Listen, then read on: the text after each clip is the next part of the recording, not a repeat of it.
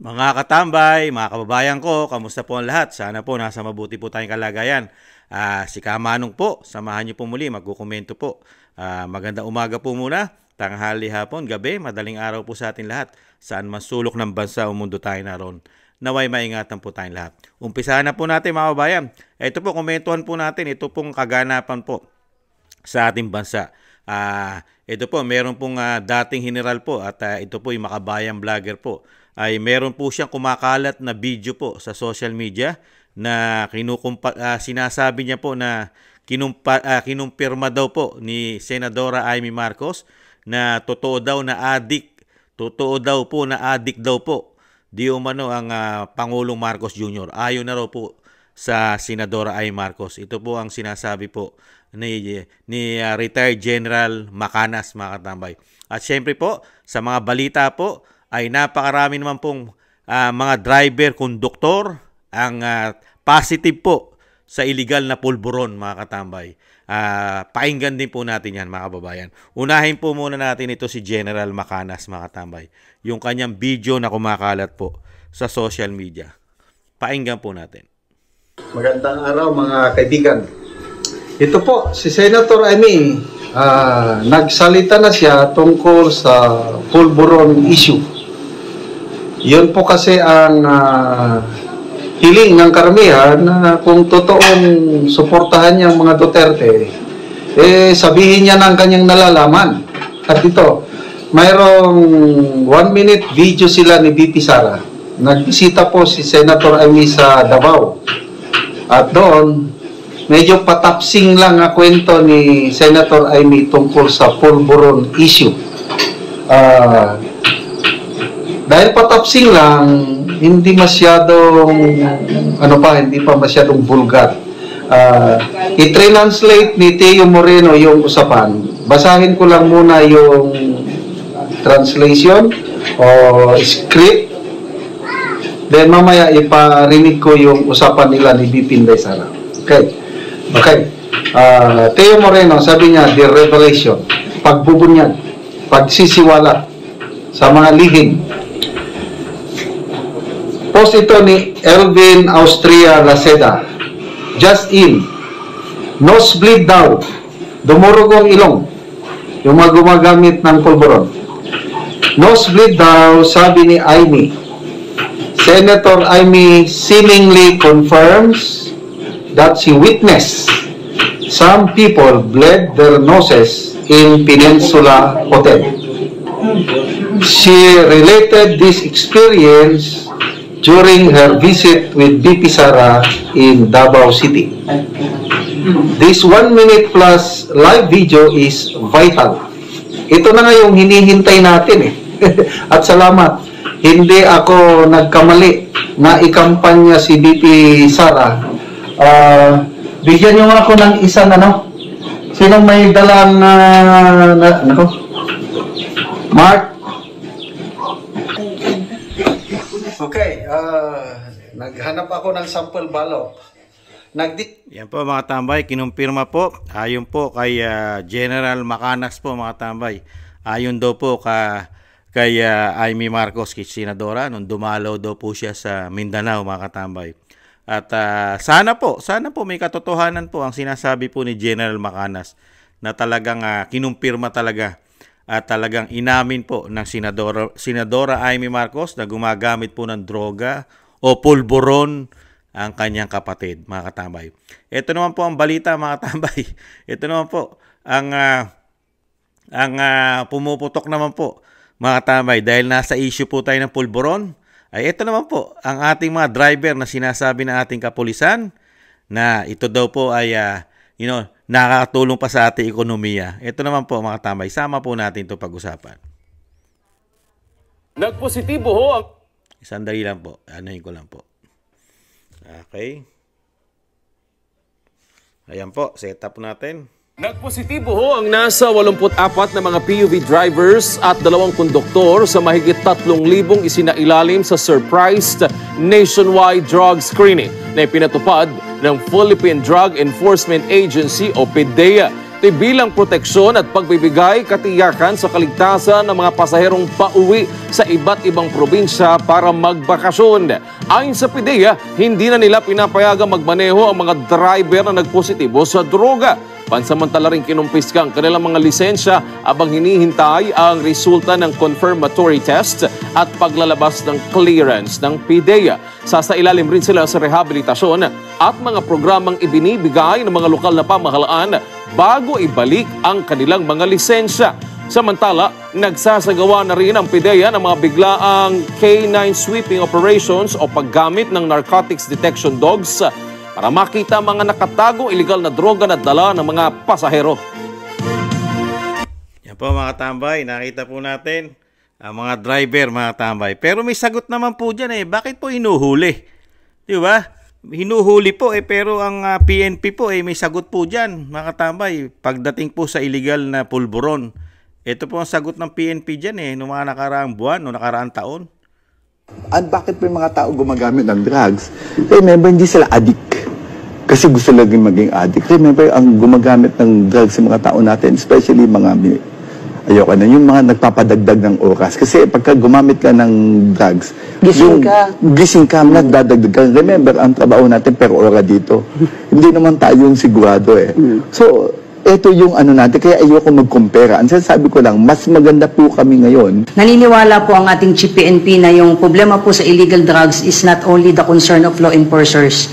It also involves, it's a health problem, it's an economic problem. So dito pumasok yung naging usapan na yung mga gumagamit po ng illegal drugs, some of them are not really drug dependent, some of them are social user, or some of them, in fact, may mga nahuli tayo na ang reason nila is kaya sila nagda-drugs is para magising lang sila just to extend yung working hours. I think that was the context na sinabi ng ating Chief PNP na hindi dapat tinitignan ng isang drug user as masama, kundi biktima sila. Kasi meron ding economic side. Gusto mong mag-extend ng iyong working hours. Take a case in point, yung ating mga konduktor, yung mga driver na nahuhuli po na pag nag-positive sa drugs, ang reason nila kasi grabe yung biyahe, kailangan nilang manatiling gising. Ayan mga tambay, paano po yon? Nahuli po yung mga driver, konduktor, positive po, 80 plus mga tambay. Pero ayon na rin po sa General na si General Pajardo at si PNP Chief General Marbil mga tambay, na ito po ay nakakatulong pa mga tambay dahil alam naman daw po natin per hour ang trabaho at syempre po ang mga doktor at mga driver mga tambay ay extra energy extra lakas, pampagising. Pero bakit ang PIDEA po ay puspusan po ang pagda-drug test po sa mga gumagamit po ng pulburon. Samantala ang PNP po talagang wag daw po titingnan na sila po ay talagang masasama. Hindi naman daw po masasama. Kaya po ang tanong po natin sa PIDEA rin bakit kaya hindi sila mag-random sa Malacanang? Hindi po ba sila pupunta sa Malacanang ang PIDEA para po i-drug test naman po ang mga tao sa Malacanang magmula po sa PSG hanggang sa Pangulo at mga sekretaris? Di ba? Dahil po katulad po niyan mga tambay, yung sinabi po, yung kumakalat pong video na ito at pinag-uusapan po ito sa social media mga tambay. Yung pinalabas po ni General Macanas mga tambay. Umamin na raw po at inamin na raw po. Ayon ito sa mga nag-translate o nakalap na balita ni General Macanas, ni retired General Macanas po ng AFP po ito, AFP. Talagang ayon po sa kanya talagang inamin ng Senadora Amy Marcos. Kung ito po ay may katotohanan napakagandang balita po ito at kailangan po ito tutukan. Kaya lang sino po tututo kaya? Yun ang tanong po natin Kasi ang meron lang po talaga ditong aksyon na magagawa institusyon ng Senado at Kamara para tapos yung mga militar, AFP, kapulisan, para po talagang malaman kung talagang totoo na gumagamit ng illegal na pulburon ang Pangulo. Pero kung tayo lang ordinaryong Pilipino, wala po tayong makukuhang suporta sa institusyon ng Senado para yan po imbestigahan at talagang mapa-drug test na po sa hair follicle drug test ang Pangulong Marcos para po matapos na yung sinasabi pong napakatagal na pong usapin yan na talagang ating bansa, kung may katotohanan naman yan na sinasabi ni General Macanas, ay talagang dapat pong mapalitan na. Dapat po di umanong mapalitan na ang Pangulo kung talagang yan po ay may katotohanan na siya po ay gumagamit na illegal na pulburon. Dahil ang ating bansa po ay mapupunta lang po sa basurahan, sa maitim na bansa. Nangingitim na nga di ba? Pero may sagot naman po sila dyan Ang ating bansa naman daw po ay namumuti. Ayon naman po yan sa USEC. Dahil namumuti raw saan? Sa gawgaw, sa harina, o sa pulburon. Kaya dito po mga kabayan, kasi tayong mga Pilipino, kasi nakikita rin po kasi natin sa Pangulo, yung nakikita po natin doon sa mga gumagamit ng pulburon. Di po ba? Talagang meron po kasing side effect, yung side effect po kasi ng gumagamit ng pulburon. Nakikita mo yung side effect sa Pangulo na ngumunguwi siya, nag-aanong ngipin niya, di po ba? At may lumalabas pa na parang white powder daw po sa ilong at kinumpirma pa ito nila, di ba? At napakarami pong nagkumpirma niyan, mga katamay. Kauna-unahan pong nagkumpirma niyan na hindi po nila iniimbestigahan ng PDEA at hindi rin po iniimbestigahan ng DOJ, ng NBI, ng PNP. Sino po una nagpakalat niyan? Di po ba si Miss Cathy Binag? Siya po. Kaya nga lang po, hindi po makakuha ng suporta kasi. Kung meron po kasing suporta si Cathy Binag, lalo sa institusyon ng Kamara at Senado, may impeach na po ang Pangulo. Impeachable po yan. Kasi bawal po sa saligang batas natin na ang isang Pangulo ay gumagamit po ng mga illegal, katulad po ng pulburon. Isa pong ground yan para po siya ma-impeach. Di ba? Kaya lang po, wala po suporte. Di po ba nakita nyo po yung mga congressman natin, mga senador, pinabubulaanan pa nila yung video. Yung kumakalat na video, pinabubulaanan pa nila. Pero ayaw po nila imbestigahan ang Pangulong Marcos para po siya ay ma-drug test. Di po ba? Kaya po ang Pilipino ay nananatili po tayong mga Pilipino na talagang sa isip natin ay gumagamit po siya di umano ng pulburon. Dahil ayaw niya pong tuldukan ang issue na siya ay gumagamit dahil nakita po natin yung mga driver. Yung mga driver random sa pilitan yan.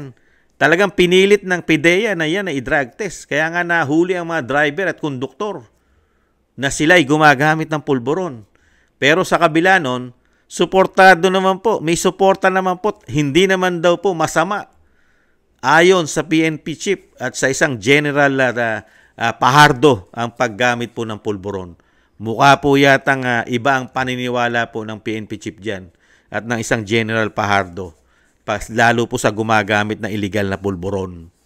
Di po ba? Kaya nga nagtataka rin si Kamanong Bakit kaya hinuli ng PDEA? Samantalang meron po yan kabilang yung side na pang-ekonomiya.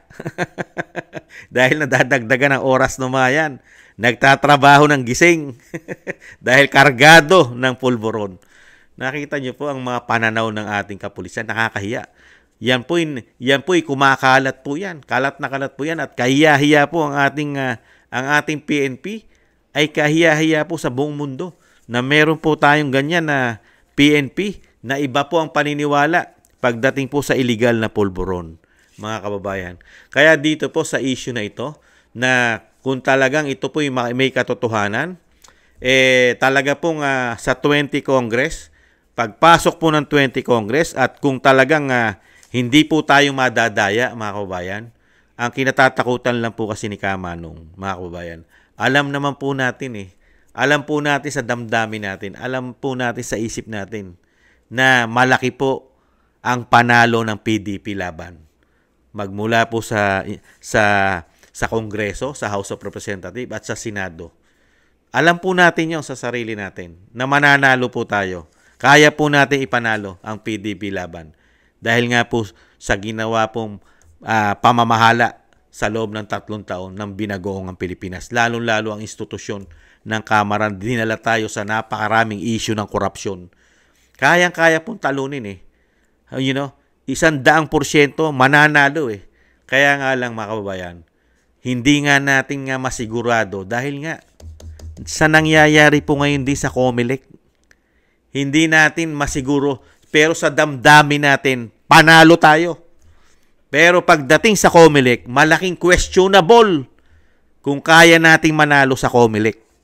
Yan po ang malaking problema natin mga kababayan. Kung paano natin masusolusyonan. Kasi kabisado na natin ang sarili natin. Alam na natin kung sino ang iboboto natin. Alam na natin kung sino ipapanalo natin sa 20 Congress. Di ba? Kaya nga lang, ang balakit po ng lahat ng alam na natin na panalo tayo ay ang COMELEC. Dahil nga po sa pumuputok po na issue ng COMELEC. Di po ba? Yan lang po malaking problema natin. Kahit po alam na natin na marami na pong nadidismaya.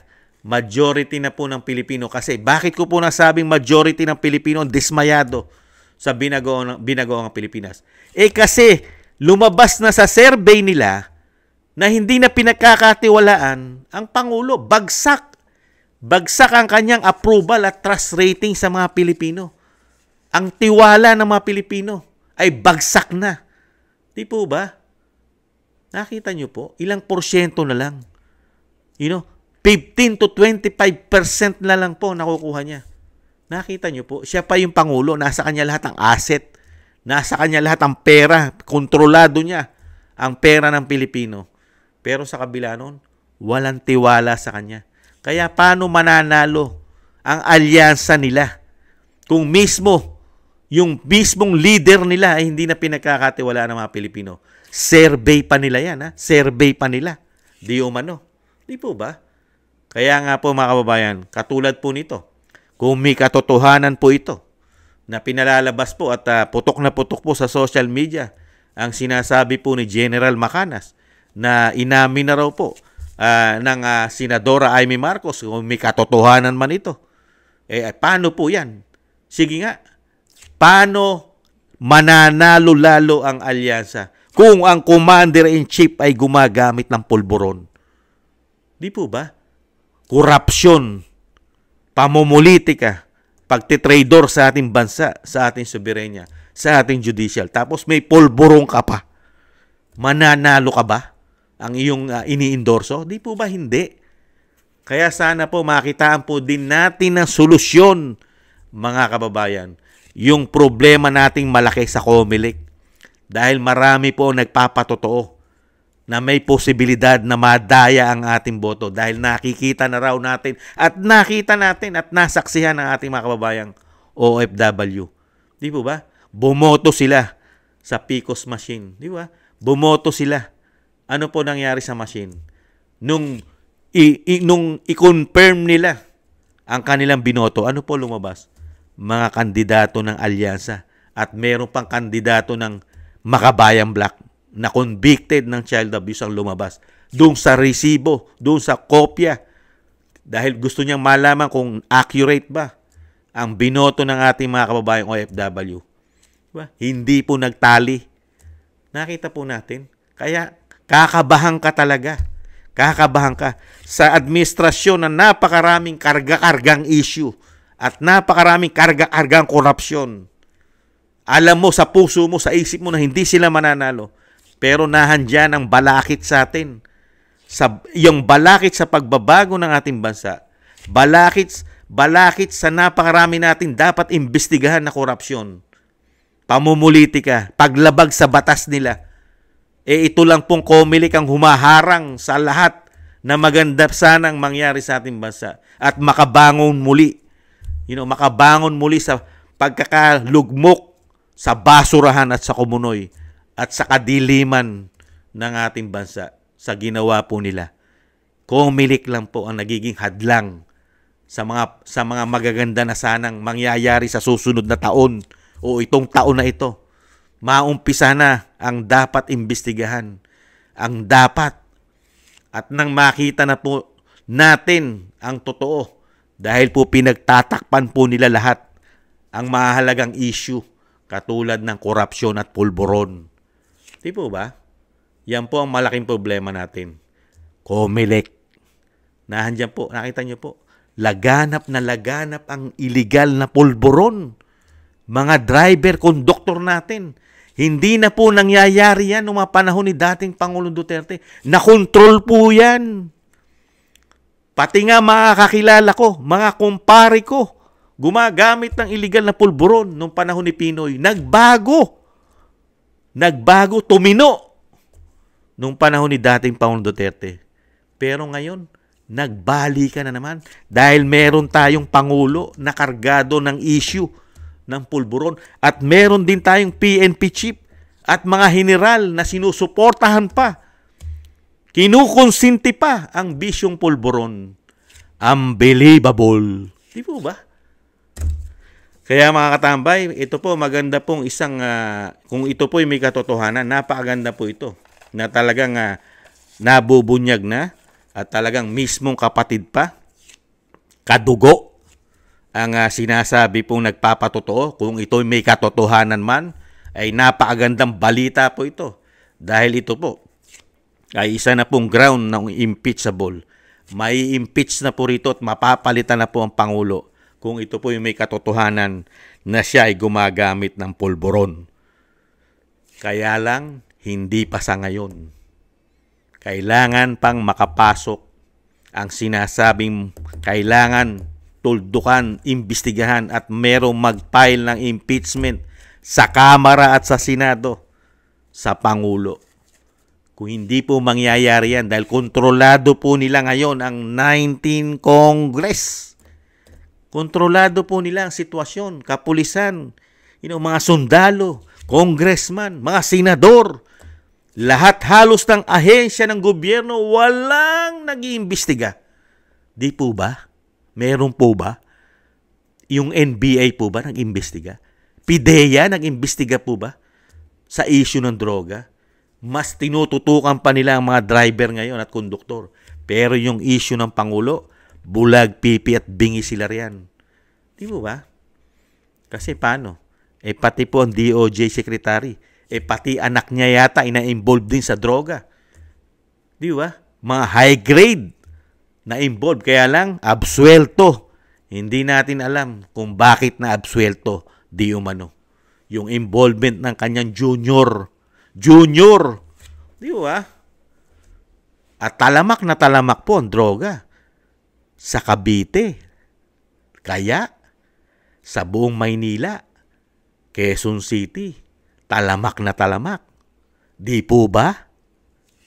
Korupsyon, droga, kriminalidad, nahandyan pa ang mga terorista.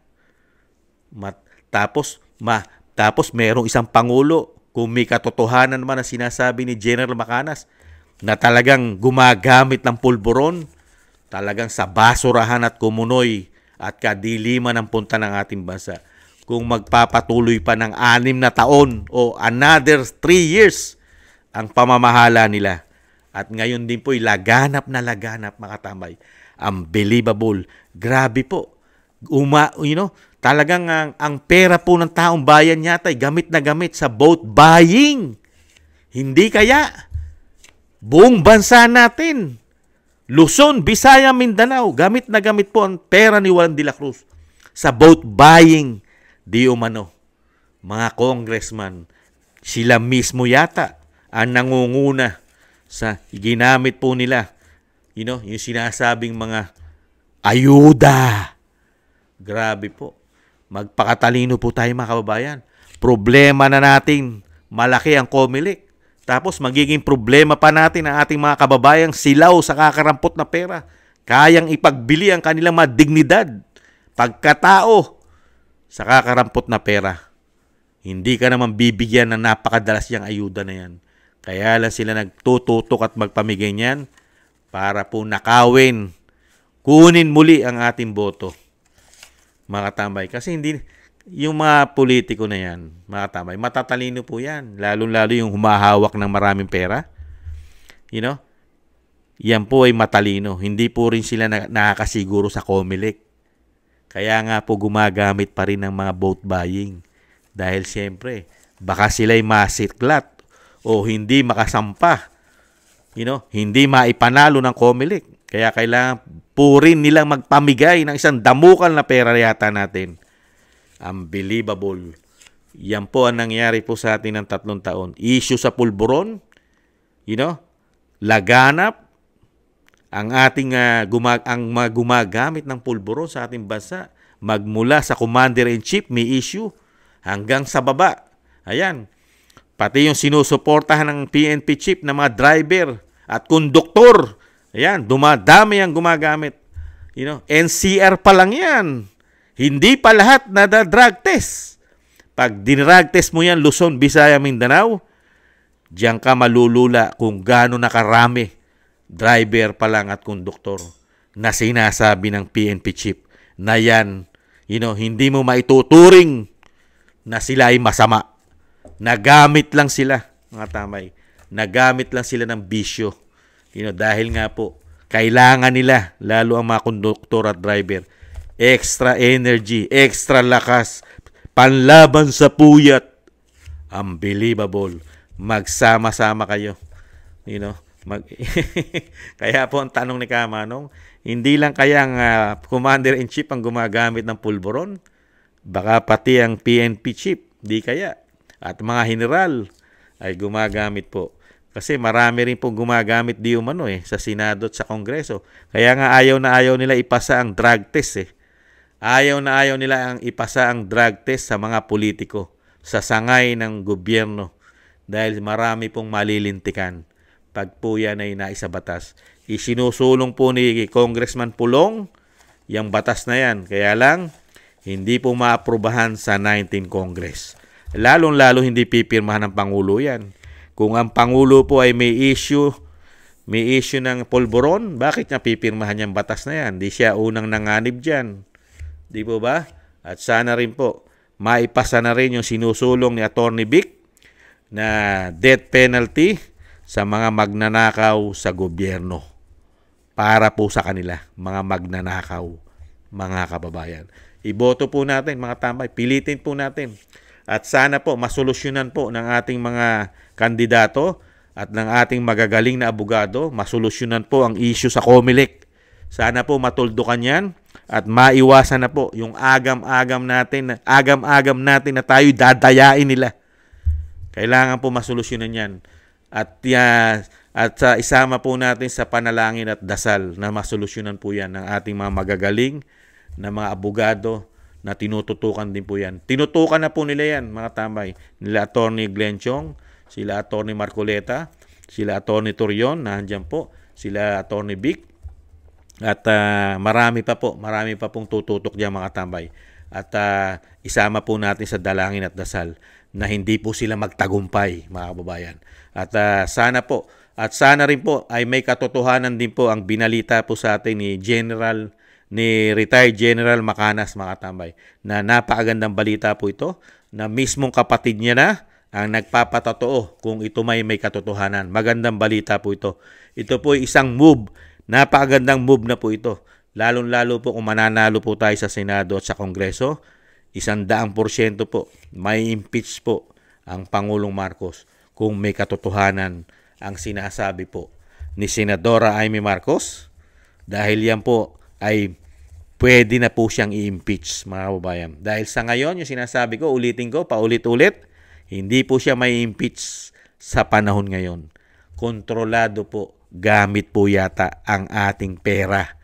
Umiiral at gumagana, mga katamay, pangtakip po sa lahat ng issue, problema ng Malacanang.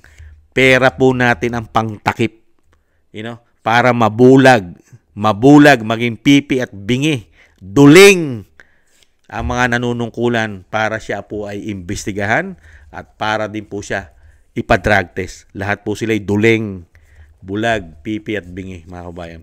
Bago po tayo magtapos, siyempre po, shoutout po muna. Shoutout po muna natin ang ating mga kababayan, lalong-lalo po ang mga nagbibigay po ng biyaya po sa inyong lingkod. Shoutout po, thank you po.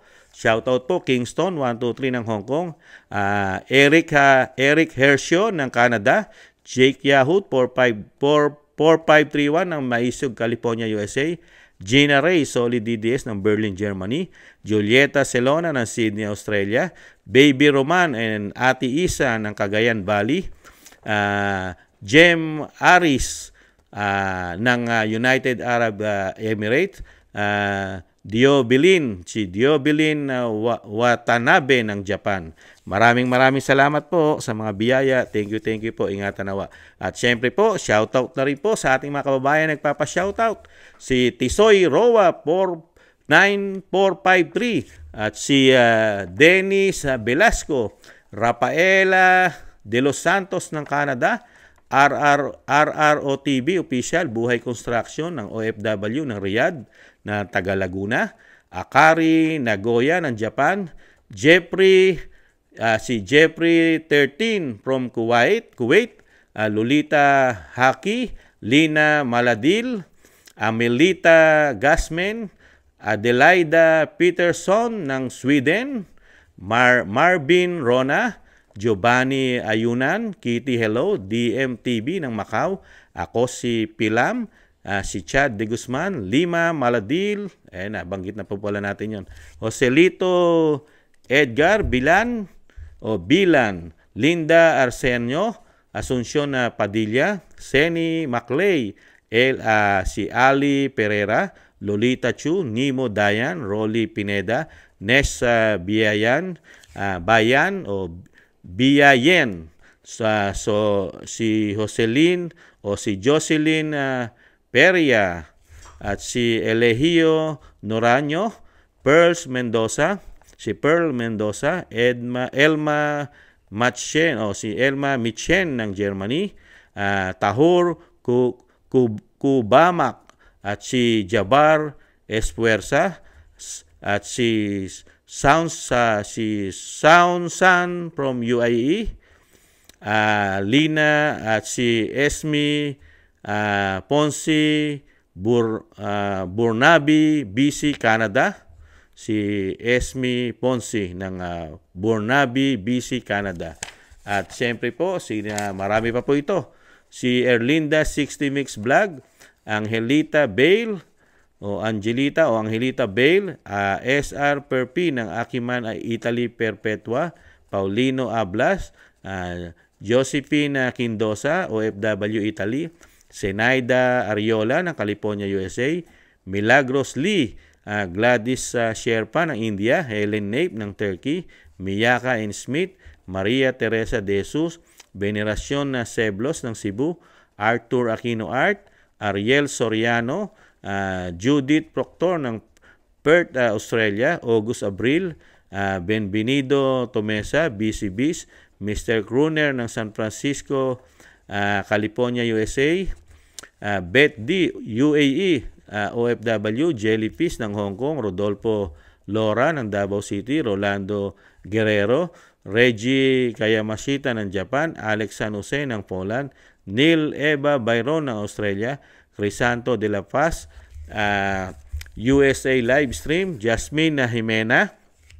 Jasmine Channel, Telma Pasawa, Dan Rivero ng Alaska, Bon Rosales ng France, John Sarip ng Amsterdam, Holland, Chona Banks ng Milwaukee, Wisconsin, USA, Ma'am LB Sermani ng North Miami, Florida, USA, Grace Obet ng California, USA, Michelle Del Valle ng New Zealand, Sara Nakamura ng Japan, Melencio Bandibas ng Jeddah, Arabia, Trojanta ng Korea, Lopez Ibina ng Saitama, Japan, Librado Reyes ng California, USA, Danilo Basan Jr. ng Saudi Arabia, Roberto Papa ng United Kingdom, 29, Narciso Esteban, Reynaldo Pexon, June De Jesus, Lee Chen, Ana Santos, Bon Rosales, Benjamin Garduque, Pepito Cabiso, Victoria Denbour ng Netherlands, at Dorina Villa, Clara Ibarra, Luz Perer,